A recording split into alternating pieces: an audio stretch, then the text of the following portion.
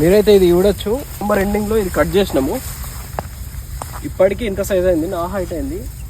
ఇది కొంచెం ముందడిది లేటుగా వచ్చినా అది తొందరగా వచ్చినట్టు. ఇది ఏదైతే గడ్డి ఉందో ఇది కరెక్ట్ స్టేజ్. కట్ చేసుకోవడానికి బర్లెస్గా తినడానికి ఈజీగా ఉంటుంది. చోప్ కటర్ ఉంటే మాత్రము ఇంకొంచెం పెద్దవి 2 కట్స్గా కట్ చేసుకోవచ్చు. ఎందుకంటే అప్పుడు చోప్ కట్టర్తో ఇంక చిన్న చిన్నగా కట్ చేస్తుంది. బర్లెస్గా తొందరగా ఈజీగా తినడానికి ఈజీగా ఉంటుంది, మొత్తం తినేస్తాయి. ఈ సైజ్ చోప్ కట్టర్ లేని వాళ్ళు మాత్రం ఈ సైజులో కట్ చేసుకుంటే బాగుంటుంది. ఇది జొన్న గడ్డి ఫస్ట్ కటింగ్ అనేది అయిపోయింది.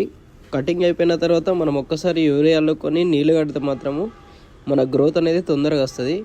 ఫస్ట్ టైం మాత్రము యూరియా అనేది కొంచెం తక్కువగానే వెళ్ళాలా.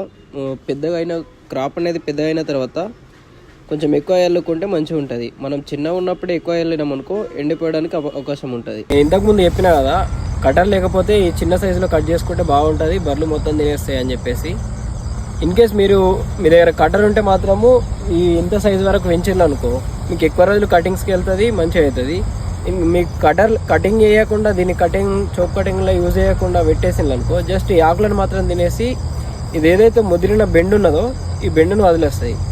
ఇది మీకు వేస్టేజ్ కాకుండా ఉండాలంటే కటర్ మాత్రం కంపల్సరీ కావాల్సిందే. మీకు ఇంకెక్కువ రోజులు కటింగ్స్ వెళ్తాయి, మళ్ళీ మంచిగా ఉంటుంది. బర్లెస్గా పాలు మంచిగా ఇస్తాయి. ఇలాంటి గడ్డికి ఇది జొన్న గడ్డి. ఇది ఇంత పెద్ద అయిపోయింది మరి చూడొచ్చు. ఆ చిన్న కటింగ్ లేకపోతే మాత్రం ఆ చిన్నదాన్ని చిన్న సైజులో నార్మల్గా మన హైట్ అవుతుంది ఆ సైజులో కట్ చేసుకుంటే బాగుంటుంది. అది అట్లా ఏమవుతుంది అంటే కొంచెం లాతగా ఉంటుంది. ఇప్పుడు ఇంత పెద్ద వేస్తారంటే ముదిరిపోతుంది కాబట్టి మనము ఏం చేయలేం, వేస్టేజ్ అనేది ఎక్కువ అయిపోతుంది. కటింగ్ మాత్రం కంపల్సరీ ఈ సైజ్ దానికి. మేము వాడిన సీడ్స్ ఇవే హిమాలయ 5000 ఒకటి, వండర్ గ్రీన్ అనే బ్రాండ్ నుంచి ఇంకొకటి.